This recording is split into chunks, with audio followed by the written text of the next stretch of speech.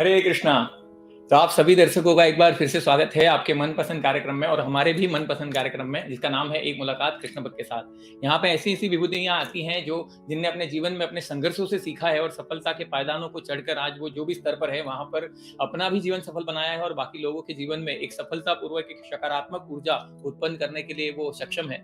तो ऐसे ही आज एक विभूति हमारे साथ है, तो उनके पास जाने से पहले उनका छोटा सा परिचय। उनका नाम है कार्तिकेय दास। तो वैसे तो उनके बारे में जितनी प्रशंसा करूँ उतनी कम है और खासकर युवाओं के लिए बहुत प्रेरणा का स्रोत है, क्योंकि वो जिस फील्ड से आ रहे हैं, जिस तरीके से उन्होंने अपने जीवन में जो अहम कदम उठाए हैं, वो अगर आप सुनेंगे तो आप थोड़े से हिल जाएंगे, क्योंकि आज हम सब जिसके पीछे पागल हैं वो चीजों को उन्होंने छोड़ा है। जी हाँ, वो स्टूडेंट ऑफ द ईयर रह चुके हैं, वो पर्सनालिटी ऑफ द ईयर रह चुके हैं और बहुत सारे ऐसे ऐसे कार्य वो कर चुके हैं जहां पर उनके पास एक ग्लैमरस, एक फेमस एक लाइफस्टाइल हो सकती थी, पर उन्होंने अपने अंतरात्मा की आवाज सुनी।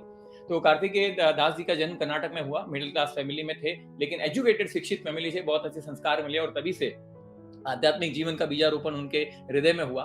उसके बाद वो 2011 में लगभग जब ने ग्रेजुएशन कर रहे थे, तो वो एमटेक और बीटेक की पढ़ाई उन्होंने की है बीआईटीएस पिलानी कॉलेज से। यूनिवर्सिटी में भी टॉप रहे हैं और उनका जो पढ़ाई के प्रति जो रुचि थी वो उन्हें एक बात सुनिश्चित कर दी थी उन्होंने कि वो शैक्षणिक दृष्टि से बहुत ज्यादा उन्नत हो सकते हैं। तो 2011 में वो कुछ भक्तों के साथ जुड़े और तब से कृष्ण तत्व को जाना और उसके बाद उसके अंतरात्मा की जो आवाज है वो सुनते चले गए और कृष्ण भक्ति में ऐसे निमग्न होते गए कि एक के बाद एक उनकी सेवाओं का स्वीकार करते गए। और 2016 में वो उन्होंने अपनी पढ़ाई पूरी की और लगभग 2018 में वो अंतर्राष्ट्रीय कृष्ण महामनामृत संघ के अंतर्गत स्थापित बेंगलोर के मंदिर में फुल टाइम ब्रह्मचारी यानी पूर्ण जीवन उन्होंने अपना समर्पित किया। और उसके बाद जो सेवा की एक श्रृंखला जो शुरू हुई वो आज तक नहीं रुकी और दिन ब दिन उनकी सेवाएं बढ़ती जा रही हैं, जिसमें युवाओं को प्रचार करना, कॉर्पोरेट सेमिनार्स करना, उन्होंने मोबाइल ऐप भी निकाला गीता श्लोक डे, फिर वहां पर भगवत गीता के सेशंस लेते हैं और भगवत गीता और भागवतम के आधार पर बहुत सारे लोगों को ऐसे ऐसे सूत्र, ऐसे ऐसे मूल्य सिखाते हैं जिनके आधार पर व्यक्ति अपने जीवन में, व्यवहारू जीवन में उनका उपयोग कर सकता है और आध्यात्मिक उन्नति भी कर सकता है। तो ये उनकी प्रतिष्ठा भी रही है, उनकी उपलब्धि भी रही है और जो भी भगवान ने उनको दिया है, एक बड़ा सेक्रीफाइस करके, एक बहुत बड़ा त्याग कर कर वो अपने आप को पूर्ण रूप से भगवान की सेवा में समर्पित कर चुके हैं। तो आइए जानते हैं उनके जीवन के संघर्ष और सफलता की कहानी और लेते हैं उनसे इंस्पिरेशन, क्योंकि हमारे लिए यही एक प्रेरणा का स्रोत है कि उनके जीवन से हम कुछ ऐसा सीख सके ताकि हम अपने जीवन में भी प्रफुल्लित रह सके, आनंदित रह सके और अपने भौतिक जीवन को मनाते हुए साथ साथ में आध्यात्मिक उन्नति कर सके। तो बहुत प्रेम से, आदर सत्कार से उनका स्वागत करेंगे कार्तिकेय दास जी का हमारे इस कार्यक्रम में एक मुलाकात कृष्ण भक्त के साथ। हरे कृष्णा प्रभु जी। हरे कृष्णा जिगर जी। हरे कृष्णा प्रभु, बहुत बहुत धन्यवाद। जिस प्रकार से मैंने आपका परिचय पत्र पढ़ा है तो मुझे ऐसा लगा था कि अगर आप अंतर्राष्ट्रीय कृष्ण महामनामृत संघ में ब्रह्मचारी नहीं होते तो आप कहीं पे रोल मॉडल होते, मतलब कहीं पे ऐसे व्यक्ति होते जिनके लिए ऑटोग्राफ लेने के लिए लाइन लगानी पड़ती। तो बहुत बहुत आनंद हुआ प्रभु देखकर और बहुत बहुत धन्यवाद हमारे कार्यक्रम के लिए समय निकालने के लिए, क्योंकि जिस तरीके से आपने आपका वर्णन देखा है, बहुत सारी सेवाओं में संलग्न रहते हैं, बट फिर भी एक सेवा के रूप में आपने हमारे आमंत्रण को स्वीकार किया और हमसे जुड़ने के लिए तैयार हुए। बहुत बहुत धन्यवाद प्रभु। ये तो मेरा भाग्य है कि हरे कृष्णा टीवी के दर्शकों का मैं कुछ सेवा कर पाऊंगा इस शो के द्वारा। Thank you very much. Thank you. Hare Krishna. तो गुरु जी, थोड़ा सा जानना चाहूंगा कि हर व्यक्ति के जीवन में एक ऐसा पल होता है, एक ऐसा पड़ाव होता है जहां पर हर उम्र का व्यक्ति उस पल में, उस पड़ाव में वापस जाना चाहता है, और वो होता है हमारा बाल्यकाल, जहां पर ना ही हमारे भौतिक जीवन की जो चिंताएं हैं, जो जो मर्यादाएं हैं, वो कुछ हमें लागू नहीं होता है और हमारा अपना एक जीवन होता है। तो जानना चाहूंगा दर्शकों के लिए कि कैसा था आपका बाल्यकाल, कौन कौन था परिवार में और आपका लालन पालन कैसे और कहाँ हुआ? ओके, तो मेरा जन्म तो कर्नाटक में हुआ था और उसके बाद right from the age of 1 मेरे माता पिता तो वहाँ सेटल हुए थे मुंबई में, तो वहीं मेरा स्कूल, कॉलेज, इंजीनियरिंग ये सब हुआ। तो एक चीज़ है कि जो मेरे पेरेंट्स हैं, माता पिता दोनों एजुकेटेड है और राइट फ्रॉम चाइल्डहुड, बाल्यकाल से ही उन्होंने बहुत सारी अच्छी अच्छी चीज़ें सिखाई। एक चीज़ तो मैं अभी भी याद करता हूँ और अपनी माँ को थैंक करता हूँ, धन्यवाद करता हूँ कि दूसरी कक्षा से ही उन्होंने मुझे डेटी वर्शिप सिखाया, अर्चा विग्रह की आराधना करना। और ऐसे कंडीशन रखती थी मेरी माँ कि अगर तुम पूजा नहीं करोगे तो खेलने नहीं जाओगे। कई बार तो मैं ऐसे रो देता था, नहीं नहीं मुझे नहीं करना है, मुझे नहीं करना है, मुझे खेलने दो।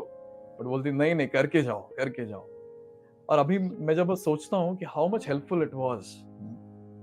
और ऐसे कई स्तोत्र थे जो मेरी माँ रिसाइट करती थी, चैंट करती थी और बिना मेमोराइज़ किए वो ऑटोमैटिकली मुझे याद होता था। क्योंकि वहीं बैठ के पढ़ाई करते थे, वहीं पूजा रूम था और हुँ। वहीं माँ पूजा करती थी और वो सारे प्रार्थनाएँ करती थी। और बचपन से ही मैं हाइपर एक्टिव हूँ।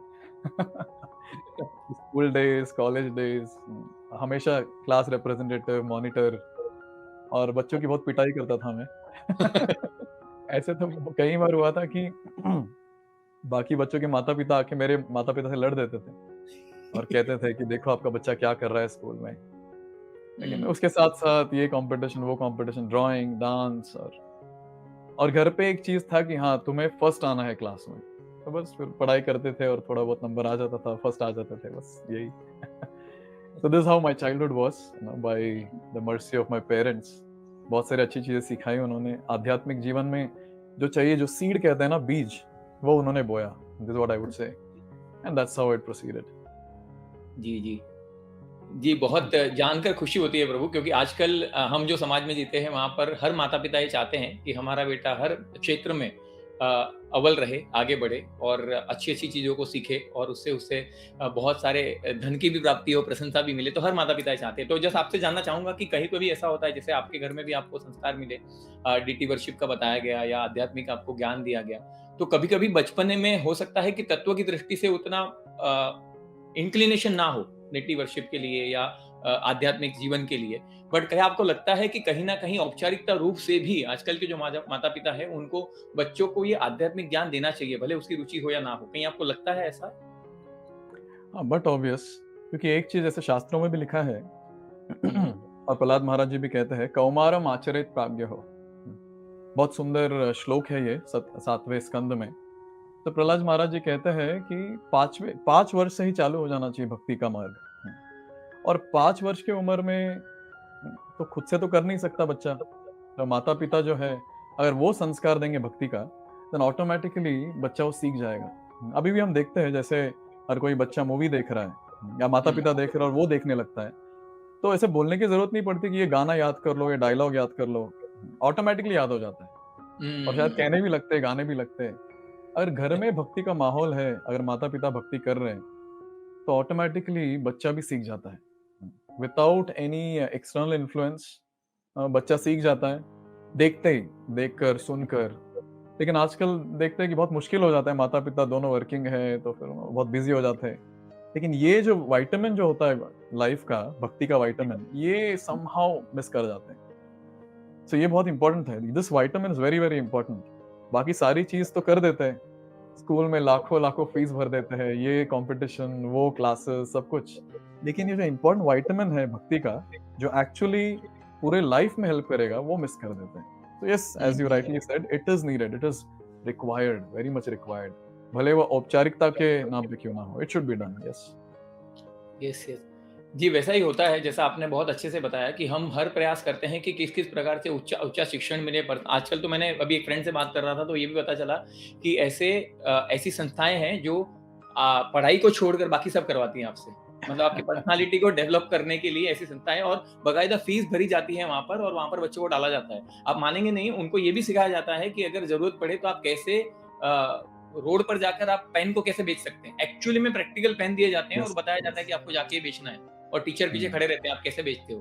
तो उस तरीके का पर्सनैलिटी डेवलपमेंट के लिए भी कार्य करते हैं, पर ये दुर्भाग्य है हमारे देश का कि यहाँ पे आध्यात्मिक जीवन के लिए जो बुनियाद रखनी चाहिए, जो पिलर बनाना चाहिए, वो कभी-कभी हम मिस कर देते हैं। हालाँकि हर यस। माँ-बाप ये चाहते ज़रूर हैं कि उसको बहुत सारे अगर क्वेश्चन भी देखेंगे ना, तो वहाँ पे पूछते हैं कि बच्चे को भक्ति में कैसे लगाएँ।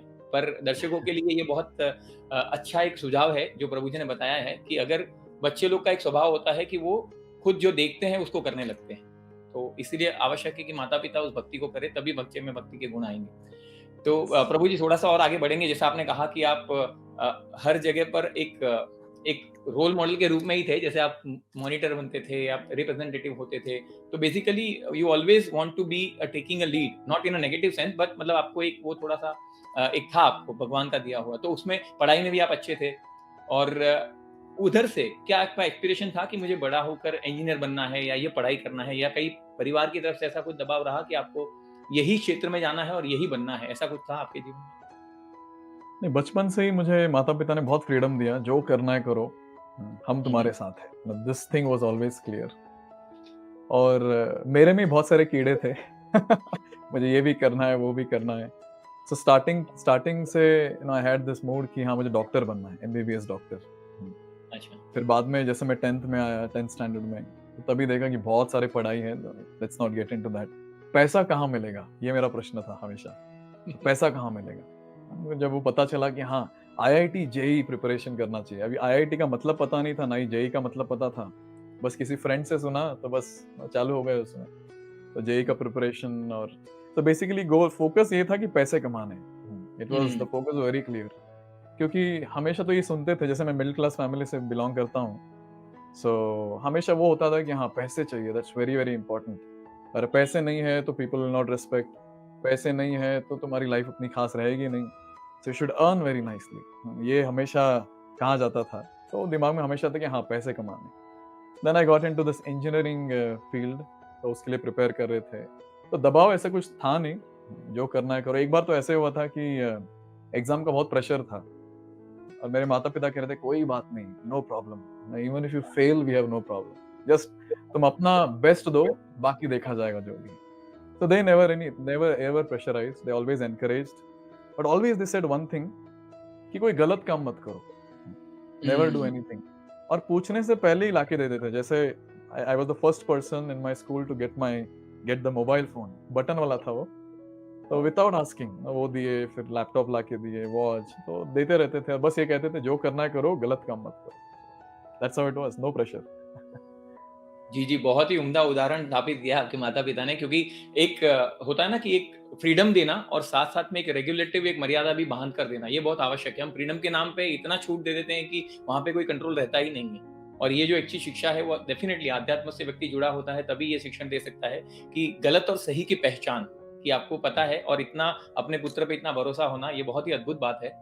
और जैसा आपने बताया कि कोई दबाव नहीं था, तो आपने ये भी बताया कि जैसे स्टूडेंट को देख के या फ्रेंड्स को देख के आपने सोचा कि मैं ये करता हूँ। तो बहुत बार ऐसा भी होता है प्रभु जी के जैसे कोई चार्टर्ड अकाउंटेंट है या कोई डॉक्टर है, तो ऐसे मित्रों के संगत में रहते हैं, तो कभी-कभी उनका जो फ्यूचरिस्टिक जो प्लान होता है, उसको देखकर, या जैसा आपने कहा कि एक बहुत ही सक्सेसफुल आगे लाइफ होती है, पैसे बहुत होते हैं, वो सब देख के student try to enter in that particular course, they pursue that course, but at the middle of the course sometime we feel कि नहीं हो पाएगा मुझसे। तो वो एक एक ब्लॉकेज आ जाता है। तो वैसी परिस्थितियों में क्या सही रहता है कि किसी को देखकर हम वो करें, और अगर वो कर लेते हैं तो क्या लिमिट होनी चाहिए जिसमें अपने को समझ जाए कि this is not a cup of my tea and we can withdraw and we can pursue something else where we can succeed and proceed further. एक उदाहरण देना चाहूंगा मैं। तो यहाँ एक हमारे स्टूडेंट है जो हम्म। फाइनल ईयर सिविल इंजीनियरिंग में थे, और उनका प्लेसमेंट चल रहा था। और उस समय वो मेरे से आके कहते हैं कि मुझे ये इंजीनियरिंग वगैरह अच्छा नहीं लगता, मैं फिलोसफी में जाना चाहता हूँ, I want to do something in philosophy. Then I was just telling him कि ये तो राइट टाइम नहीं है, parents have invested so much, and then you have to do something in this career, कुछ तो करना होगा तुम्हें। And then side by side maybe आप परस्यू कर सकते हो अपनी फिलोसफी का, जो भी आपको टेस्ट है या जो भी जानना चाहते हैं आप, वो कर सकते हैं। Because see it's not just about one's own interest, उसके साथ साथ घर परिवार का भी देखना होगा, has to see the status, his dependency, कितने लोग डिपेंडेंट हैं उन पे, तो सारी चीज देखनी है। As you rightly said, you know nowadays बस we say no sheep mentality, तो बस एक को देख के दूसरा बस वो करते रहता है। And parent also want the same. I remember when I got placed first company में, तो मेरे पेरेंट्स कह रहे थे देखो सारे बच्चे जा रहे हैं, तुम क्यों नहीं जा रहे हो? मैं बोला नहीं, सारे जा रहे हैं इसलिए मैं नहीं जा रहा हूँ, I don't want to get into this. मुझे कुछ और करना है, I want to pursue something in electronics only, something like that. So एक चीज है कि we have to pursue your interest, और उसके साथ साथ ये भी देखना है कि क्या डिपेंडेंसी है हमारे पे, और अगर डिपेंडेंसी नहीं है, yes we can always change the path, change the course of action. And then when we change the course of action, एक बहुत इंपॉर्टेंट चीज होती है कि we should take our responsibility. At that time we can not blame, हम किसी को blame नहीं कर सकते तभी, we have taken our own responsibility. तो if someone takes his own responsibility, एक चीज तो है कि वो कॉन्फिडेंटली कर पाएगा चीज को। अगर वो फेल भी होता है, he will take that failure as a stepping stone to success, अगर वो रिस्पॉन्सिबिलिटी लेता है तो। So to answer your question, yes, person can pursue his taste, his interest, but then he should take his responsibility and at the same time ये भी देखना होगा कि क्या क्या डिपेंडेंसी है. I should satisfy the dependency also. That's what I would say. Yes yes yes, very much needed प्रभु। जैसा आपने बताया, तो इसका अगर कंक्लूजन निकाला जाए, आपने जो बताया उसका कंक्लूजन में अगर सोचूं तो एक होता है हमारा इंटरेस्ट, हमको किस में इंटरेस्ट है। दूसरा हम होता है हमारा स्किल सेट, मतलब क्या मैं वो करने Right. के लिए योग्य हूँ या सक्षम हूँ। और दूसरा होता है कि जो मैं करना चाहता हूँ, क्या वो मुझे फाइनेंशियल स्टेबिलिटी देगा। ये तीनों के अगर ट्रायंगल को मैच करके अगर हम कुछ करते हैं, इसमें आपका रिस्पॉन्सिबिलिटी भी आता है, आप डिपेंडेंसी का भी ध्यान रखते हो, और आपको जो करना है उसकी प्रेरणा भी आपको मिलती है। तो उस Correct, हिसाब correct. से Very अगर आप nice. सोच के आगे बढ़ेंगे तो आपको हो सकता है कि सफलता मतलब थोड़ी मेहनत करनी पड़े पर सफलता अवश्य मिलेगी, और आपकी सारी जो ज़रूरतें हैं वो पूरी होंगी। थोड़ा सा Correct. आगे बढ़ेंगे प्रभु जी, और आपके जीवन में जो इस तरीके का, और दर्शकों को बता दूं कि प्रभु जी आज जो सेवा कर रहे हैं वो बेंगलोर में 2 सेंटर्स हैं, पनथूर और सज्जनपुर, जहाँ पर बहुत सारे ऐसी सेवाओं में संलग्न हैं जहाँ पे युवाओं को मार्गदर्शन देते हैं। तो ये जो जीवन में, और युवा, आज के जब हम युवा की बात करते हैं तो यहाँ पर फॉर्च्यूनेटली अनफॉर्च्यूनेटली जो भी कहो, सबके रोल मॉडल है, और अधिकतर रोल मॉडल जो होते हैं वो बॉलीवुड के स्टार्स होते हैं। Nothing against them, but Bollywood है, क्रिकेट है, और कुछ कुछ ऐसे लोग होंगे जो शायद आफ्टर लास्ट डिकेड के बाद कोई कोई पॉलिटिक्स में भी इंटरेस्ट रखते होंगे, क्योंकि अभी जो बदलाव देख रहे हैं हम, उसके कारण से पॉलिटिक्स में भी किसी का रुचि हो सकता है। पर युवा का जो मेन ध्यान होता है वो लाइमलाइट में रहना, ग्लैमर, इतने सारे फॉलोअर्स, इंस्टाग्राम, यूट्यूब, ये सारी चैनल्स, मतलब बेसिकली मैं कल ही बात कर रहा था किसी से, तो लोगों को सब कुछ बनना है, और उसके पीछे सबकी ये इच्छा होती है कि हमको वायरल होना है। मतलब जो भी हम करेंगे वो वायरल होना चाहिए। क्या बनेंगे, इंजीनियर, डॉक्टर, वो सब बाद में, पर हमको वायरल बनना है। तो वायरल में, उसकी होड़ में एक लोग एक ऐसे रोल मॉडल सिलेक्ट कर लेते हैं कि हो सकता है कि उनके लिए सही ना हो। तो युवाओं के लिए विशेष रूप से आपने अपने जीवन के ऐसे पड़ाव में, आपके अंदर भी, जैसा मैं पढ़ रहा था, तो आपके अंदर भी एक ऐसी इच्छा थी आपको ग्लैमर की दुनिया में या कहीं पे, because of your personality, because of your creativeness, और आप जिस तरीके से हमेशा लीड लेकर एक पर्सनालिटी है आपका, उसके आपको लगता था कि आप आगे कर सकते हैं। तो ये निर्णय जो था कि आपको इसमें आगे नहीं बढ़ना है, जहाँ पर बहुत लोग ऐसा करना चाहते हैं, तो वो निर्णय की शक्ति आपको कहाँ से मिली? और मुझे लगता है कहीं ना कहीं अंतर्राष्ट्रीय कृष्ण भावनामृत संघ में जुड़ने के बाद ये शायद आपको और ज्यादा प्रेरणा मिली हो। तो वो जानना चाहूंगा कि आप कृष्ण भावनामृत में कैसे, कब और कहाँ से आए। ओके. जैसे आपने बॉलीवुड का कहा, तो मैं तो मुंबई में था, और मूवीज तो बहुत पसंद थे मुझे. एवरी फ्राइडे थिएटर में बैठो, फर्स्ट शो देखो. एंड ऑब्वियसली जैसे आपने कहा रोल मॉडल, मतलब यही सारे जो बॉलीवुड के स्टार्स थे वो रोल मॉडल थे. और ये जो नया हेयर स्टाइल देख रहे हैं आप, ये पहले ऐसे नहीं था. और बैठा हुआ समझ गया। बाल थे. बाल थे, उसको जेल लगा के हम खड़ा करते थे. वाह, पेंसिल जीन्स. स्पाइक, हाँ, स्पाइक करते हैं ना, कुछ बोलते हैं ना, yes, spike. spike. And then the designer watches, and then pencil jeans, cowboy shoes, cowboy hat, और चेन यहाँ वहाँ चेन लटकते हुए. So जो भी बॉलीवुड में देखते थे स्क्रीन पे, वो अपने बॉडी पे उतारना है, बस ये था दिमाग में. और बचपन से ही डांस में बहुत शौक था हमें. So बचपन से ही माता पिता ने डांस स्कूल में हमें डाला था, तो हम जाते थे डांस स्कूल, सीखते थे. और कोरियोग्राफी में इंटरेस्ट था, और देखते ही देखते थोड़ा मॉडलिंग में इंटरेस्ट आया, फैशन डिजाइनिंग में इंटरेस्ट आया, थोड़ा बहुत एक्टिंग में भी इंटरेस्ट था. लेकिन एक चीज हम देखते थे, जैसे जो स्टेज परफॉर्मेंस होते थे, तो हम पूरा 1 महीना प्रिपेयर करते थे उसके लिए.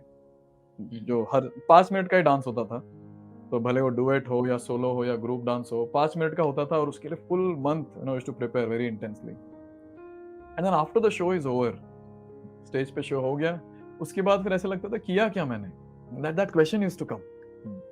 And another very important question, ये प्रश्न हमेशा था कि हाँ, मैं ये सब तो कर रहा हूँ, लेकिन गोल क्या है लाइफ का. ये हमेशा बहुत बहुत ऐसे कहते हैं ना कि खाना, मतलब कोई सम इंसेक्ट और some worm eating your entire existence, तो ऐसे लगता था मुझे. और एक बार तो मैंने मेरी माँ से भी पूछा था कि हाँ ठीक है, मैं पढ़ाई कर रहा हूँ, इसके बाद मैं जॉब करूंगा, इसके बाद मेरी शादी होगी, फिर उसके बाद बच्चे होंगे, फिर मैं बूढ़ा हो जाऊंगा, उनकी शादी होगी, and then I will die. So what is the goal, ना गोल क्या है. तो बेचारी मेरी माँ तो एकदम सिंपल है, तो वो कही कि हाँ, ऐसी होता है लाइफ, सब लोग ऐसे जी रहे हैं, तो हमें भी ऐसे ही जीना है. So sweet. बट देन वो कीड़ा तो खा ही रहा था ना अभी मेरा दिमाग, तो I was not satisfied.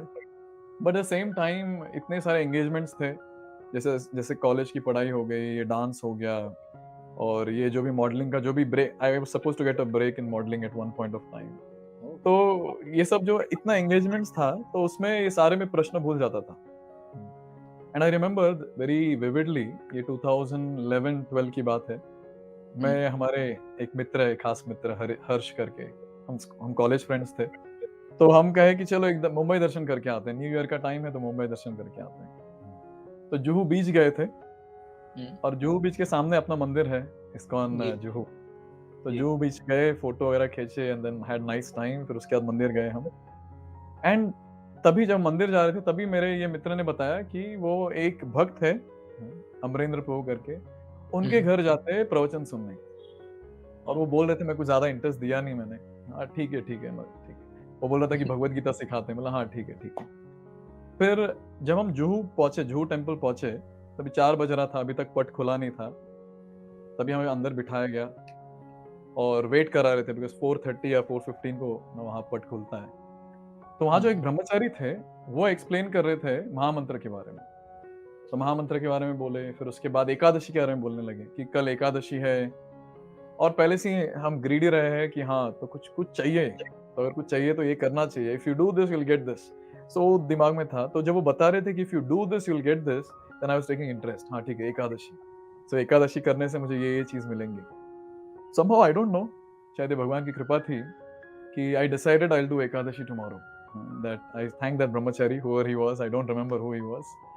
So that thought came, and then पट खुला, we started walking. तो वहाँ फर्स्ट ऑल्टर में है सीताराम लक्ष्मण भक्त हनुमान, तो उनका दर्शन किए। फिर राधा कृष्ण का दर्शन किए। आप मानेंगे नहीं, मैं राधा कृष्ण का दर्शन कर रहा था, और तभी मैं मन में सोच रहा था, इनकी पूजा तो मैं कभी नहीं करूंगा।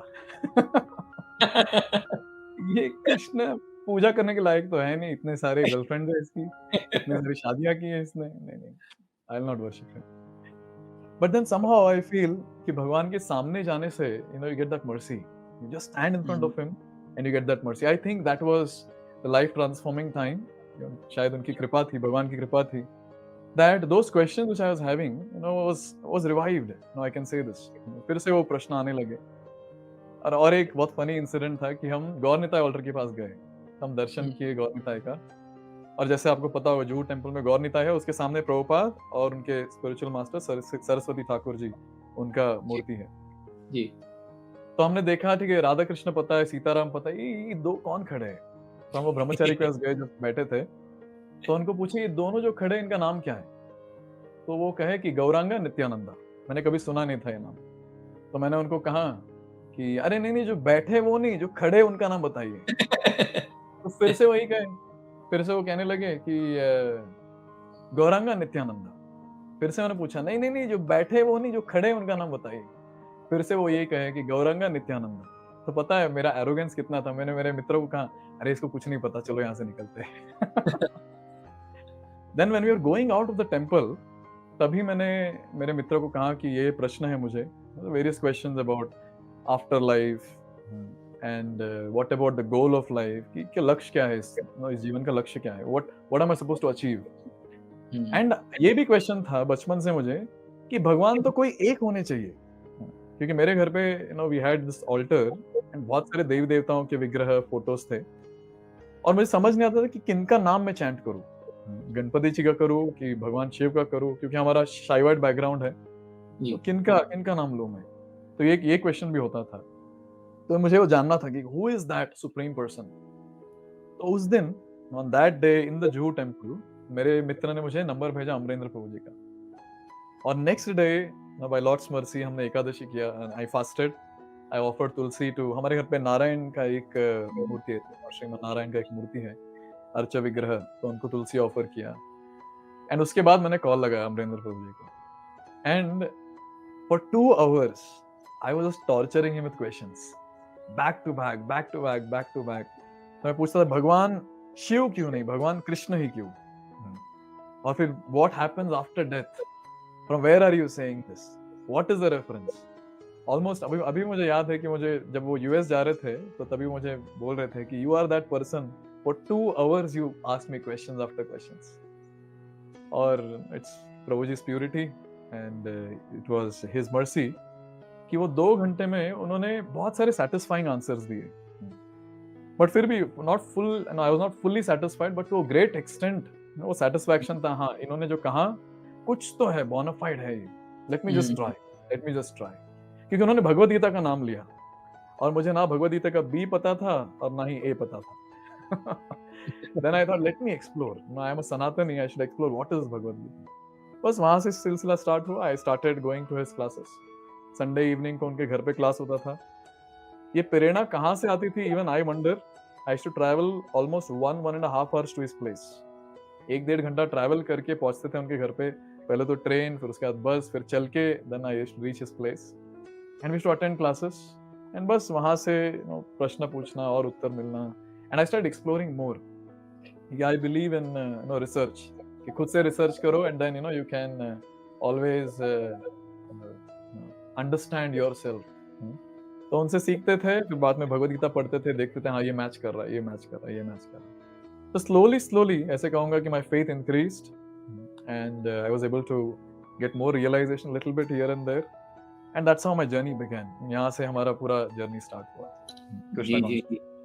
जी, बहुत ही रोमांचक है आपकी कथा, किस प्रकार से आप मंदिर में आए। और 2 बात विशेष रूप से कहना चाहूँगा कि जैसा आपने वर्णन किया, तो जैसे आप बता रहे थे उस समय पर मैं मन से वो राधा रासबिहारी मंदिर में पहुँच चुका था। किस तरीके का उनका स्ट्रक्चर है, किस तरीके से जाते हैं। और आप जैसा सही कह रहे हैं, भगवान के विग्रह जो हैं वो इतने सुंदर हैं, उनको देखकर एक तो गोलू-गोलू है और इतने देखकर उनको ऐसा लगता है कि बस देखते ही रहें, और वो लगता है कि अपने सामने देखकर मुस्कुरा रहे हैं और बहुत कृपा बरसा रहे हैं। बहुत ही सुंदर विग्रह है। यस, और आपका मन उन्होंने वहीं से मोह लिया था। आप अंदर से वो सोच रहे थे कि इनकी भक्ति नहीं करूँगा, वो आपको लगता है चैलेंज दे रहे थे कि मैं देखता हूँ तो कैसे नहीं करता है। तू अब भक्ति करने की बात करता है, तो मैं तेरे को तो मैं अपने इंटरनल अंतरंग पार्षद में ले लूँगा। और आज हम देख सकते हैं कि आप ब्रह्मचारी के रूप में उनकी सेवा कर रहे हैं। तो ये तो भगवान की कृपा है ही। बट वो एक अथाह तो ब्रह्म जिज्ञासा का जो वास्तविकता में जो एक मनुष्य जीवन में एक जिज्ञासा होती है, जिस तरीके से आपने पहले भी कहा कि आपके मन में एक क्वेश्चन था कि व्हाट इज द गोल।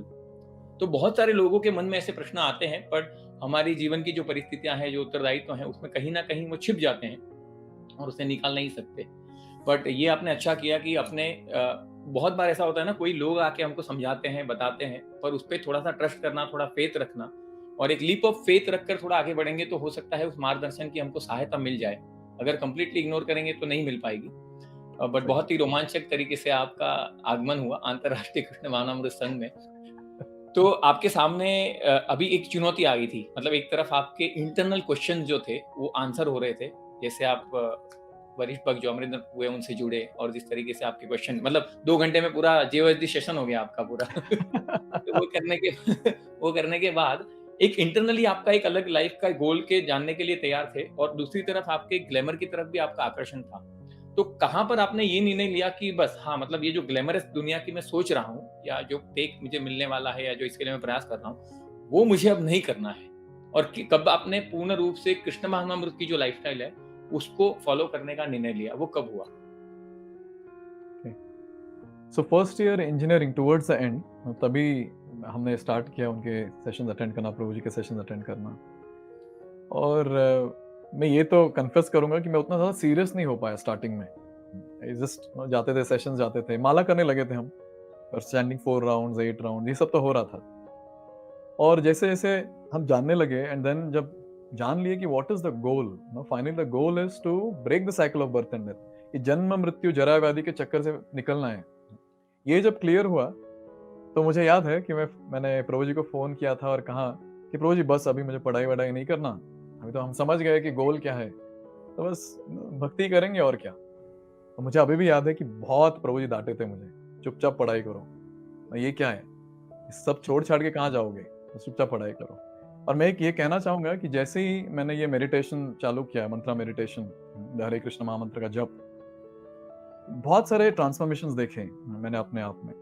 सो एक तो है कि फोकस बहुत ज्यादा इंक्रीज हो गया, और जो चीज कई घंटे लगते थे वो कई मिनटों में खत्म हो जाते थे। स्पेशली स्टडिंग या इंटरव्यू के लिए प्रिपेयर करना या किसी को हेल्प करना। और तभी मैंने डांस छोड़ा नहीं था, मैं फाइनल ईयर तक मैं स्टेज शोज करता था। एंड एक स्लोली स्लोली एक चीज हो रहा था कि I was able to realize कि टाइम बहुत वेस्ट हो रहा है। ये जो भी ग्लैमर वाली चीजें हैं, जैसे ड्रेसिंग का भी जो मेरा सेंस था हमेशा से कि हाँ, मुझे जो भी दिख रहा है बड़े स्क्रीन पे उसको मैं अपने बॉडी पे उतारना है। तो ये जो शॉपिंग का जो चीज़ था या फिर जो ग्लैमर का जो अट्रैक्शन था, वो थोड़ा-थोड़ा कम होते गया बिकॉज़ ये लग रहा था कि बहुत टाइम वेस्ट हो रहा है इसमें। Goal is something else, goal is something else. Because हमेशा से एक तो था कि दिमाग में हमेशा क्लियर था कि गोल ओरिएंटेड रहना है। जैसे स्कूल में ये था कि हाँ, अव्वल नंबर लाने हैं, फिर बाद में यहाँ इंजीनियरिंग में आए तो हाँ, इंटरव्यू क्रैक करना है। सो गोल क्लियर था। लेकिन जो लाइफ़ का गोल है, जो जब क्लियर होने लगा, तो स्लोली-स्लोली ये सारी चीज़ों में टाइम इन्वेस्ट कम कम होने लगा। और ये भी कहना चाहूँगा कि ऐसे भी एक एक समय आया कि मुझे डांस करने कह रहे थे, द स्टेज शो था और मुझे ऐसा लग रहा था नहीं, नहीं I don't want to go now, enough, अभी नहीं, अभी और नहीं। लास्ट जो मैंने डांस किया था stage show, so that was I think final in engineering में और वो भी बहुत सारा प्रेशर था। तो मैंने बोला हाँ ठीक है, this is the last time I am doing. And then वहाँ से जब उसी कॉलेज में जब मैं पास आउट हुआ तो उसी कॉलेज में मैं फैकल्टी बना 1 साल के लिए। तो जब मैं फैकल्टी बना और मेरे जो इमीडिएट जूनियर्स थे, उनको मैं सिखाने जाता था, फाइनल ईयर स्टूडेंट्स। तो ऐसे हुआ कि एक दिन मैं बोर्ड पे लिख रहा था और मैं आई जस्ट टर्न्ड और फिर मैंने देखा कि वही बेंच जो मैं बैठता था, it's almost like a flash. मेरा पूरे स्टूडेंट लाइफ का फ्लैश लगा मुझे ऐसे कि मेरे सामने मेरा पूरा स्टूडेंट लाइफ दिख रहा है। और उस दिन जब मैं स्टाफ रूम गया देन आई स्टार्टेड मेडिटेटिंग कि मैं सोचने लगा कि मैंने किया क्या 4 इयर्स, गोल की तरफ तो मैं बढ़ा नहीं हूँ। और उस दिन मैंने एक आर्टिकल लिखा, अभी भी इस्कॉन डिजाइटरी पे है, मैं, मेरी चैंटिंग और वो एंड दैट वो इज माइंड, वो इज माइंड। तो उस दिन मैंने पूरा वो आर्टिकल लिखा, उसमें ये सोच रहा था कि कैसे माइंड ट्रिक कर रहा है मुझे हमेशा। अभी तुम फर्स्ट सेमेस्टर में हो, ठीक है, सेकंड सेमेस्टर में सीरियस हो जाना, फिर थर्ड सेमेस्टर में सीरियस हो जाना, ठीक है, कॉलेज खत्म करने के बाद सीरियस हो जाना। उसके बाद मैंने उसको एक्स्ट्रापोलेट किया और ये देखा कि सीरियस तो मैं हो नहीं रहा हूँ। अभी फिर जॉब का सिलसिला स्टार्ट हो जाएगा, फिर उसके बाद मन कहेगा कि शादी कर लो, फिर उसके बाद सीरियस होना, फिर बच्चे पैदा कर लो, फिर सीरियस हो जाना, फिर उसके बाद बच्चों की शादी करना, फिर सीरियस होना, और तो रिटायरमेंट में करेंगे तभी सीरियस हो जाना। Then that day I decided no, I have to take it up very seriously. अभी बहुत हो गया टाइम पास, अभी I want to do it seriously. फिर वहां से भक्ति मैंने सीरियसली स्टार्ट किया, बुक्स पढ़ना और अच्छे से जप करना और प्रवचन सुनने जाना मंदिर में। कई बार तो ऐसे भी किया, पता नहीं मेरे माता-पिता देख रहे हैं शायद मुझे। कई बार तो मैं घर पे झूठ बोल के जाता था कि हाँ, मैं मूवी देखने जा रहा हूँ और मंदिर जाता था। और बैठ के फिर जाके प्रवचन सुनते थे, फेस्टिवल अटेंड करते थे। देन वो जो गोल की बारे में, sorry, the goal thing that was there was becoming more and more clear. And जैसे-जैसे वो क्लियर होते गया, वैसे-वैसे ये जो सारी ग्लैमर की चीज़ें वो कम होती गई। And there was one point जब मैंने डिसाइड किया कि बस this is zero now, I am not getting into this. And I was feeling the transformation, जो आप कई बार सुने होंगे, बहुत सारे वरिष्ठ भक्त भी कहते हैं कि हमने अपने जीवन में अनुभव किया कि महामंत्र का जाप करने से, भगवद गीता का अध्ययन करने से there was a immense transformation, एक अलग परिवर्तन था। Like for example, I was a very short tempered person. I was able to see that how ये पूरा जो गुस्सा जो आता था एकदम स्लोली एंड स्टेडीली कम होते गया।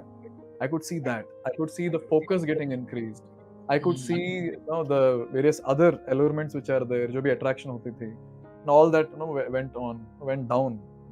तो ऐसे जब खुद अनुभव कर रहे थे जो भी शास्त्र में लिखा है, then the faith started increasing, श्रद्धा बढ़ने लगी, हाँ this is what I am supposed to do, let me do this, यही करना है मुझे अपने जीवन में। तो बस वहां से जो स्टार्ट हुआ, तो उसके बाद हमने इस्कॉन के एक वरिष्ठ सन्यासी से फिर दीक्षा लिया और तभी वहां से और सीरियस हो गए, क्योंकि तभी 16 माला फिर हम स्किप नहीं करते थे, 16 माला करना ही है अभी। और तभी प्रचार भी करने लगे। और जब हम क्लास देते थे, जब प्रवचन देते थे, तभी एक अलग कॉन्फिडेंस आता था। कि कई बार ऐसे होता है कि हम व्यासासन में बैठे हैं और ऐसा कोई प्रश्न आया जो यू नॉट थिंक आल्सो क्या है इसका answer, but somehow I was able to give the answer और वो बंदा भी कन्विंस हो जाता था। तो all these different experiences which might not be directly seeing Krishna, but then ऐसे एक्सपीरियंसेस जो लाइफ ट्रांसफॉर्मिंग थे, ऐसे अनुभव जो लाइफ ट्रांसफॉर्मिंग थे, that gave a lot of faith and then it helped me to continue on and on and on, and rest is history, I am sitting in front of you. जी, जी, जी। अद्भुत, अद्भुत प्रभु जी, जिस तरीके से आप वर्णन कर रहे हैं किस-किस प्रकार से भगवान ने आपकी सहायता की, अंदर की आपकी जो इन्क्विजिटिवनेस थी, जो इंक्वायरी करने की एक चाह थी, जो जिज्ञासा थी उसको भगवान पूरी करते चले गए। बट एक और बात आती है, if you are not taking it personally, मतलब प्राइवेटली अगर आपका थोड़ा-सा है, अगर उसकी थोड़ी-सी लिबर्टी लेके पूछना चाहूँगा कि आप कृष्ण भावनामृत में आए, भक्ति में आए, आपकी रुचि बढ़ने लगी, भक्ति करने लगे और आपने धीरे-धीरे करके वो ग्लैमरस वाला जो एक आपका जीवन का एक भाग था, उसे धीरे-धीरे करके थोड़ा-सा अनदेखा करके धीरे-धीरे आपने वो बंद कर दिया। पर ब्रह्मचारी बनना मतलब आप तो भक्ति कर सकते हैं और ये आवश्यक नहीं है कि भक्ति करने के लिए आपको ब्रह्मचारी बनना है। आप विवाहित जीवन रहकर, आप गृहस्थ बनकर भी भक्ति कर सकते हैं और because you were on that part glamorous, तो अगर मर्यादा व्यतिक्रम होता है तो क्षमा कीजिएगा, पर जैसे ही लोग थोड़े से फैशनेबल होते हैं, थोड़े से गुड लुकिंग होते हैं और हर चीज़ में माहिर होते हैं, तो बहुत सारे जगह पर जो अपोज़िट सेक्स है वो अट्रैक्शन होता है। मतलब लड़कियाँ मिलना या फ्रेंडशिप करना या आगे बढ़ना। तो अगर मर्यादा व्यतिक्रम ना होता हो, अगर आप इसका उत्तर देना चाहें कि किस प्रकार से ब्रह्मचारी बनना आपने चुना और आपने गृहस्थ जीवन को, आपको लगा कि वो गृहस्थ जीवन में मैं नहीं जा पाऊँगा, तो उसका क्या कारण था और कब आपने निर्णय लिया कि आपको ब्रह्मचारी बनना है? तो स्कूल डेज से ही तो हमारा ऐसे ग्रुप था जहाँ थोड़े बॉयज़ थे, थोड़े गर्ल्स थे और फिर कॉलेज डेज़ में भी ऐसे ही था और भक्तों के संग में जब आए, तो तभी भी ऐसे ही था कि थोड़े माताजियाँ थी हमारे ग्रुप में और थोड़े प्रभुजीज़ थे। तो ऐसे कुछ ख़ास मैंने अवॉइड नहीं किया कि हाँ, माताजियों के साथ बात नहीं करना है, ऐसा कुछ। हुँ, हुँ। बट जैसे-जैसे हम प्रवचन सुनते थे, तो एक जो मुझे महसूस होने लगा कि आई will not fit into family life, गृहस्थी मेरे लिए है नहीं। हुँ, हुँ। एंड देन जब ऐसा स्लोली एंड स्टडीली जब मुझे ऐसे समझने लगा, क्योंकि एक चीज़ जैसे मैंने आपको कहा भी कि मुझे वो टाइम वेस्ट जैसे लगने लगा, जैसे शॉपिंग करने जाना या फिर कोई सेरेमनी में जाना। मतलब हर एक का एक अलग-अलग नेचर होता है। जी। जैसे ऐसा नहीं कि सबको ब्रह्मचारी बनना है। हुँ, अगर कोई गृहस्था मटेरियल है, अगर उसका नेचर फैमिली लाइफ के लिए सूट करता है और अगर वो ब्रह्मचारी बनेगा तो इट्स अ हैवॉक। हुँ। हाँ, वो तो बस फिर यहाँ मंदिर में रहकर फिर सिर्फ लड़कियों को देखना, उनको प्रपोज़ करना, इसी में पूरा लाइफ चला जाएगा उसका। जी। और the other way, the opposite is, अगर कोई ब्रह्मचारी का नेचर है जिसका, और अगर वो शादी शादी कर लेता है, तो जो लड़की होगी उसका लाइफ तो बर्बाद हो जाएगा एकदम। ही विल नॉट जी। Be able to fulfil that emotional need of a female, तो वो तो नहीं हो पाएगा। तो जी। नेचर के हिसाब से चुनना होता है। तो मैंने अपना नेचर देखा कि I am more fit into a life जहाँ मैं अकेले रह पाऊँ और भक्ति कर पाऊँ। जैसे आपने सही कहा कि शादी करके भी भक्ति की जाती है और हमारे अंतर्राष्ट्रीय कृष्ण भावनामृत संघ में भी हम देखते हैं कि कितने सारे वरिष्ठ गृहस्थ डिवोटीज, वो तो ब्रह्मचारी को कंपटीशन देते हैं, सन्यासी को कॉम्पिटिशन देते हैं। They are like amazing amazing. But then जब मैं खुद को देख रहा था तो आई वाज थिंकिंग कि आई विल नॉट फिट, मैं उनके जैसे तो कर नहीं पाऊंगा। तो तभी मैंने डिसाइड किया कि हाँ, no, I want to get into brahmachari ashram. और ब्रह्मचारी आश्रम में रहकर मैं पूरा लाइफ केवल प्रभुपाद की सेवा करना चाहता हूँ। क्योंकि एक चीज जो हमेशा मेरे मन में थी कि कुछ करना है सोसाइटी के लिए, I want to do something with the society. Obviously hmm, गृहस्थ जीवन में रह के भी हम सोसाइटी के लिए बहुत सारी चीजें कर सकते हैं, लेकिन मैं वो जो फैमिली को जो टाइम दिया जाता है वो भी टाइम मैं नहीं देना चाहता था। I wanted to give exclusive time सिर्फ और सिर्फ ये मिशन के लिए। और जैसे जब मैं जॉब भी कर रहा था यहाँ बैंगलोर में, जब मैं आया तो जॉब कर रहा था, तो इस्कॉन डिजायर ट्री में मेरा एक रोल था, ई काउंसलर। तो बहुत सारे कॉल्स आते थे, बहुत सारे मेल्स आते थे, तो उनको आंसर करना, कॉल अटेंड करना, जॉब के बीच में ये सब होता था। I used to go to conference hall और वहां जाके मैं कॉल लेता था उनका। और मैं ये देख रहा था कि many people need us in various ways. तो मैंने सोचा कि let this life go for the service of people, let me help as many people as possible. अगर मरने से पहले मैं 10-20 लोगों की मदद करके मरूं तो I think I will be satisfied. So with this thought कि आई विल बी सैटिस्फाइड, मुझे वो संतुष्टि मिलेगी अगर मैं लोगों की सेवा कर पाऊंगा और अगर मैं भगवान की सेवा फुल टाइम बनकर सेवा कर पाऊंगा, then all these different thoughts help me कि हाँ चलो, yes, let me get into brahmachari ashram. And yes, I can see that at least as of now, भगवान की कृपा और माया देवी अगर ट्रिक ना करे मुझे, तो I am safe here and I feel my nature fits here. तो जब तक भगवान अलाउ करेंगे हम रहेंगे यहाँ और सेवा करेंगे। So my nature, this is what I could understand. जैसे आपने प्रश्न पूछा कि हमने कभी निर्णय किया, जब मैंने देखा कि मेरा नेचर यहाँ ज्यादा फिट हो रहा है और वहां नहीं ज्यादा फिट होगा, तो मैंने निर्णय किया हाँ, let me go ahead with this path, ब्रह्मचर्य आश्रम। जी, जी। जी, भक्ति करते हैं तब तक तो ठीक होता है, मतलब जो लोग अपने परिवार जने, अपने स्वजन, अपने कलीग्स, फैमिली, फ्रेंड्स, वहाँ तब पे थोड़ा अलग लगता है उनको, पर तब तक ठीक होता है। बट जब भी कोई व्यक्ति ब्रह्मचारी बनने का चयन करता है, अपने जीवन को इस तरह से बिताने का प्रयत्न करता है, तो बहुत सारी जगह से बहुत सारे बातें सुनने मिलती है या कहीं पे कोई सुझाव देने आते हैं, कोई समझाने आते हैं और बहुत कुछ ऐसा होता है परिवार में, विशेष रूप से माता-पिता भी कहते हैं कुछ। तो इस तरीके से एक ऐसी भ्रांतियाँ भी हैं लोगों के मन में कि इस्कॉन में जो है वो ज़बरदस्ती ब्रह्मचारी बना देते हैं या ऐसे बहुत सारे कार्यक्रम भी हुए हैं, आपने देखे भी होंगे। फिर लोग को पता नहीं होता है और उसको गलत तरीके से लिया जाता है। तो आपने स्पष्ट रूप से कर दिया कि ये आपका खुद का कॉल था और इसमें किस प्रकार से क्या प्रतिक्रिया आपने देखी जब आपने ये निर्णय किया कि ब्रह्मचारी बनना है? किस तरीके के प्रश्न आपके सामने आए? ओह!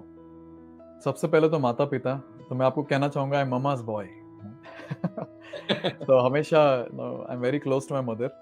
अभी भी अभी भी हम जब फ़ोन पे बात करते हैं तो घंटों-घंटों बात करते हैं। तो एक चीज़ जो मेरे मन में था कि मेरे ये निर्णय से घर पे मेरे माता-पिता ज़्यादा इफ़ेक्ट ना हो। तो मैं हमेशा भगवान से ये प्रार्थना करता था कि please take care of them. आप उनको hmm, you just take care of them और मैं आपकी सेवा करूँगा। तो ये हमेशा हर दिन ये मेरी प्रार्थना होती थी। क्योंकि फाइनली एक चीज़ जो मेरे दिमाग में था कि उन्होंने मुझे पाल-पोस कर बड़ा किया है। उन्होंने मुझे भक्ति का संस्कार दिया है। They are my stepping stone to bhakti. So I don't want to hmm, hurt them. ये हमेशा एक दिमाग में रहता था मेरे। तो जब मैंने ये कहा मेरे घर पे कि हाँ, मैं ब्रह्मचारी बनना चाहता हूँ, तो ज़ाहिर-सी बात है कि मेरी माँ रोने लगी और मैंने मेरे पिता को कभी रोते हुए देखा नहीं है, तो फ़ोन पे रोने लगे वो कि ऐसे कैसे कर रहे हो तुम? तुम एमटेक कर लिए और तभी मेरी सैलरी भी बहुत हाई थी जब मैं जॉब कर रहा था तभी। तो वो कहने लगे कि इतनी अच्छी जॉब तुम छोड़ रहे हो, तो ये तो तुम ठीक नहीं कर रहे हो, हमारा कौन ख्याल रखेगा? और उस दिन एक अलग कॉन्फिडेंस था और उस दिन मैंने कहा था कि डोंट वरी, अब ज़्यादा टेंशन मत लो, भगवान कृष्ण आपका ख्याल रखेंगे। This is very clear, I made it very clear. और तभी मेरी माँ कह रही थी, "नहीं-नहीं, ये क्या कह रहे हो तुम? You should come and help us, you should come, तुम हमारे साथ रहो।" और एक बार तो ऐसे भी हुआ कि मेरी माँ आई थी यहाँ इस्कॉन व्हाइटफील्ड, बेचारी टेरेस पे बैठ के रो रही थी। अरे! और जैसे मैंने कहा आपको कि I am very close to my mother, तो मैं भगवान से यही प्रार्थना कर रहा था कि when she cries, please give me strength to hmm, pacify her. और आप मानोगे नहीं, पता नहीं वो कहाँ से मुझे प्रेरणा आ रही थी, वो बेचारी रो रही है और मैं जोक मार रहा था। मैं I was cracking a joke, then she will laugh and again she will cry, she will laugh and she will cry. It was a very very emotional mood, but at the same time एक clarity था मेरे मन में कि मैं जो कर रहा हूँ वो सही है और भगवान मेरे माता-पिता की देखभाल करेंगे। एंड मेरे बहुत सारे रिलेटिव्स थे जो कॉल करके एकदम गाली पे गाली दिए जा रहे थे। इसी के लिए तुम्हें तुम्हारे माता-पिता ने तुम्हें बड़ा किया था।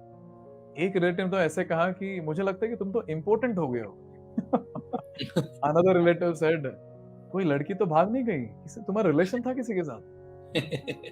तो और ऐसे भी हुआ कि थोड़े भक्त भक्त आए और वो पूछ रहे थे कि तुम ऑफिस का काम कर पा रहे थे ना? ऐसे नहीं कि तुम नहीं कर पा रहे थे इसलिए तुमने छोड़ दिया।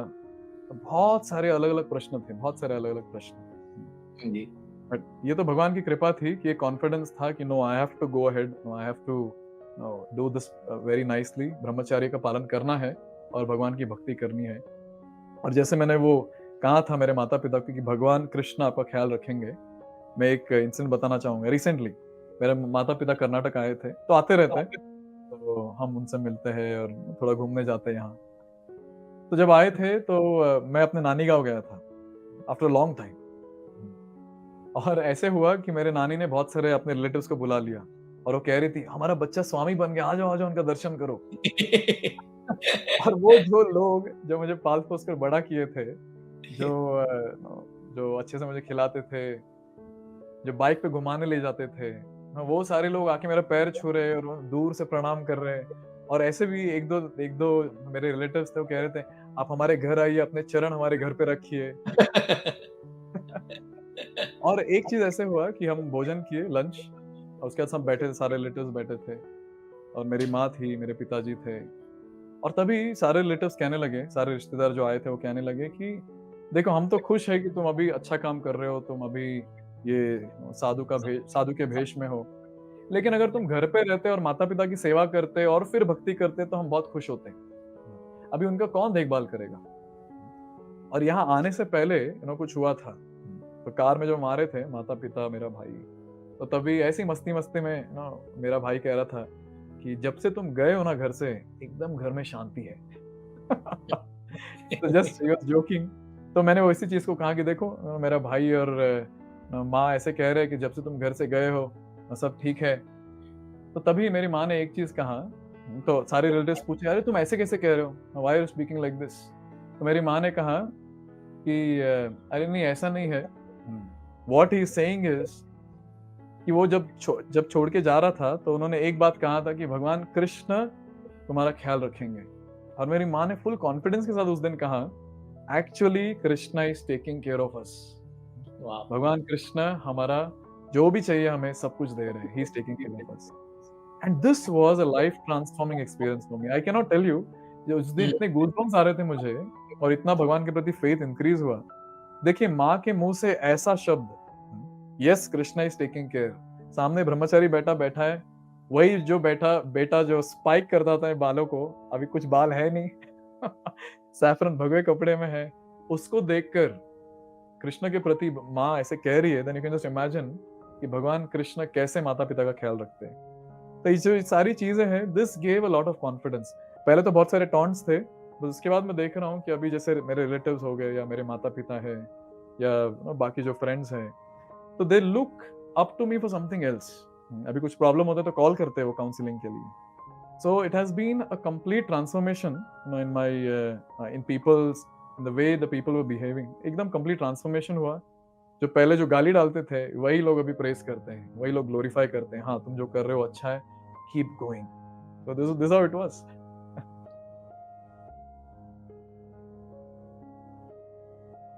के लिए क्योंकि और सबसे पहले तो आपकी माताश्री को और पिताश्री को हमारा दंडवत प्रणाम और बहुत-बहुत नमन उनको कि ये ईज़ी नहीं है प्रभु। अपने मन में जिसकी छवि रहती है, अपने पुत्र परिवार में जो लोग रहते हैं, उनके प्रति हमारा बहुत प्रेम होता है और विशेष रूप से माता का पुत्र के प्रति बहुत प्रेम होता है।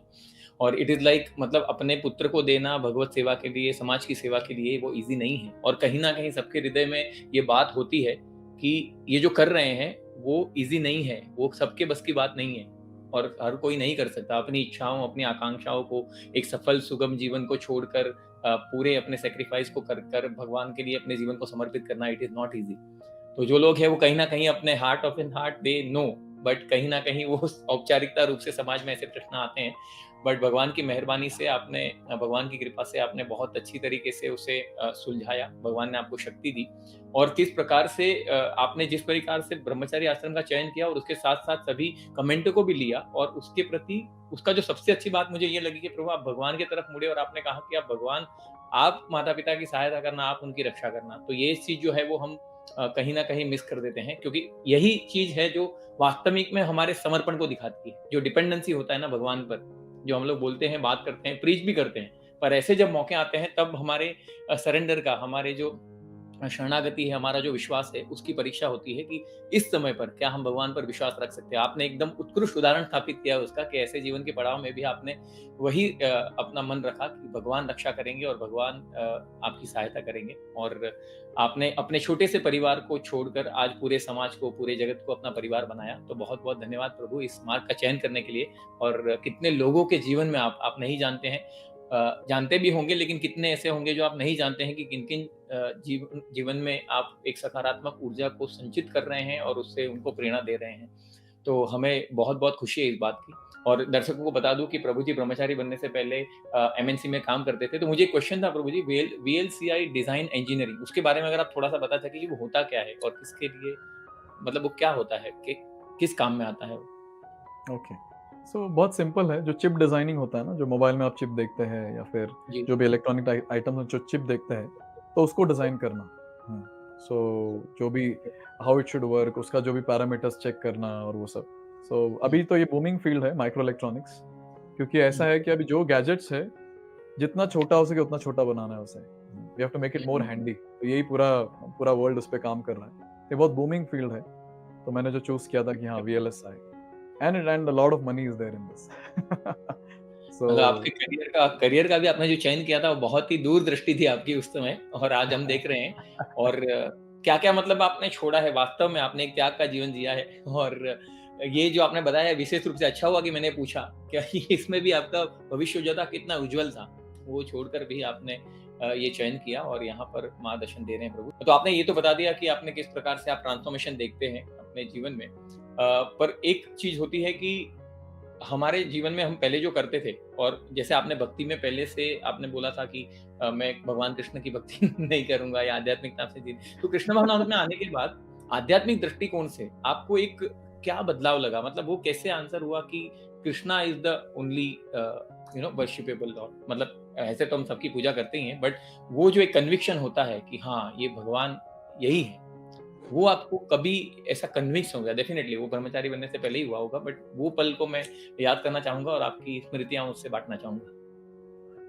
एक चीज़ तो है कि जैसे हमारे भारतवर्ष में सनातन धर्म है हमारा, तो उसमें बहुत सारे देव-देवता हैं और सब पूजनीय हैं। ऐसा ऐसा कुछ नहीं है कि वो पूजनीय नहीं है। लेकिन एक चीज़ है कि कई कई बार ऐसा होता है कि जो सेंटिमेंट जो चीज़ होती है ना, तो हुँ, हुँ। सेंटिमेंट के वजह से या इमोशन की वजह से हमें ऐसा लगता है कि हाँ, दिस पर्सनैलिटी सुप्रीम। तो ऐसे कई बार होता है, जैसे अभी भी मैं जब बात करता हूँ किसी से और पूछता हूँ, तो वो कहते हैं कि हाँ, ये जो है देवता, ये सुप्रीम है। अगर पूछो तो क्यों? तो मैं उनकी पूजा करता हूँ। सो आई एम कनेक्टेड। सो कई बार ऐसे होता है कि ईगो बीच में आ जाता है। तो जो भी बचपन से हम सीखे हैं, यहाँ यहाँ वहाँ देखे, जैसे मैं अपना उदाहरण देना चाहूँगा कि बचपन से ही हम ऐसे कुल में जन्म लिए जहाँ भगवान शिव की पूजा होती थी। तो हम भी करते थे। वैसे तो मैं वो जो संप्रदाय है या जो भी कहा जाता है, जो शिव शिव संप्रदाय जो भी है, तो हुँ, उसमें हमारा दीक्षा भी हुआ था, तो हम शिवलिंग की पूजा करते थे। तो वो था, फिर उसके बाद मैं मुंबई में था, तो हर जगह पे हर नुक्कड़ में तो गणेश चतुर्थी होता है, गणेश चतुर्थी के दिन, तो बड़े-बड़े पंडाल लगाए जाते हैं और इतनी सुंदर मूर्तियाँ होती है। तो गणेश जी की हम पूजा करने लगे। ऐसे भी एक समय आया जब साईं बाबा की पूजा करने लगे।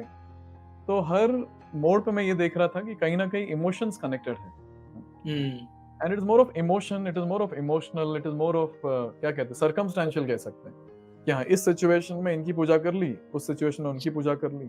और कई बार ऐसा होता है कि कोई लाइफ में कुछ प्रॉब्लम आ गया और अगर कोई कहता है कि हाँ, ये प्रॉब्लम से अगर तुम्हें निकलना है तो इस देवता की पूजा कर लो, तो हो जाएगा। तो just to solve that problem we hmm, start getting into worship. हाँ, अभी इनकी मैं पूजा करूँगा, फिर अभी इनकी, फिर इनकी। तो ये तो चलते रहता है। बट एक चीज़ जो मैंने सीखा इस्कॉन में आने के बाद, अंतर्राष्ट्रीय कृष्णा भावनामृत संघ में आने के बाद, कि शास्त्र शास्त्र है ये जो प्रमाण, शास्त्र इज़ द प्रमाण। सो अगर हम शास्त्र को देखकर अगर डिसाइड करते हैं कि किसकी पूजा करनी है, किसकी आराधना करनी है, देन दैट इज़ परफेक्ट। तो जब मैंने ये समझा, तो मैं फिर पढ़ने लगा भगवद गीता। और अभी ऐसा है कि भगवद गीता को कोई डिनाई नहीं कर सकता। आप हुँ, किसी को भी ले लो, हिंदू हिंदू या सनातन धर्म में, कोई ऐसा नहीं कह सकता कि हाँ, Bhagavad Gita I don't believe in Bhagavad Gita, या हम भगवद गीता को रेफरेंस नहीं मानते। तो ऐसा तो कोई कह नहीं सकता।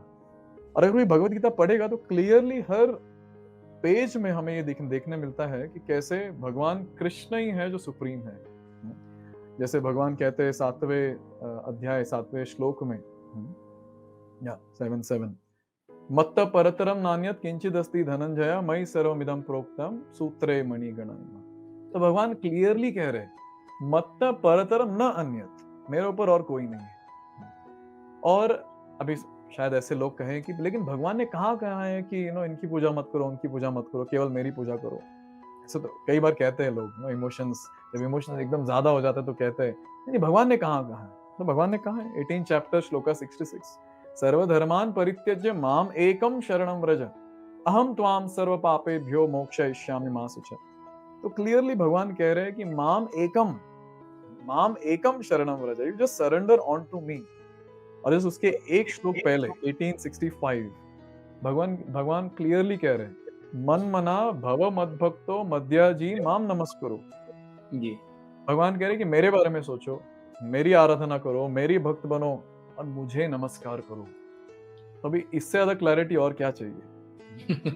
जी। और अगर और बाकी शास्त्र पढ़ेंगे, हम बाकी पुराण पढ़ेंगे, तो उसमें तो सारे देवी देवता जो है, सारे भगवान कृष्ण की आराधना करते हैं। जैसा भागवतम हो गया या कोई पुराण हो गया, पद्म पुराण, विष्णु पुराण, सारे जो देवी देवता हैं वो भगवान कृष्ण की आराधना कर रहे हैं। लेकिन एक जो मिस्टेक हो जाती है ना, भले वो प्रीचर्स के द्वारा हो या जो लोग सुन रहे हैं उनके द्वारा हो, वो ये समझ लेते हैं कि ठीक है, भगवान कृष्ण है, ही इज द सुप्रीम और he is real and everyone else is false, बाकी सब जो है मिथ्या है।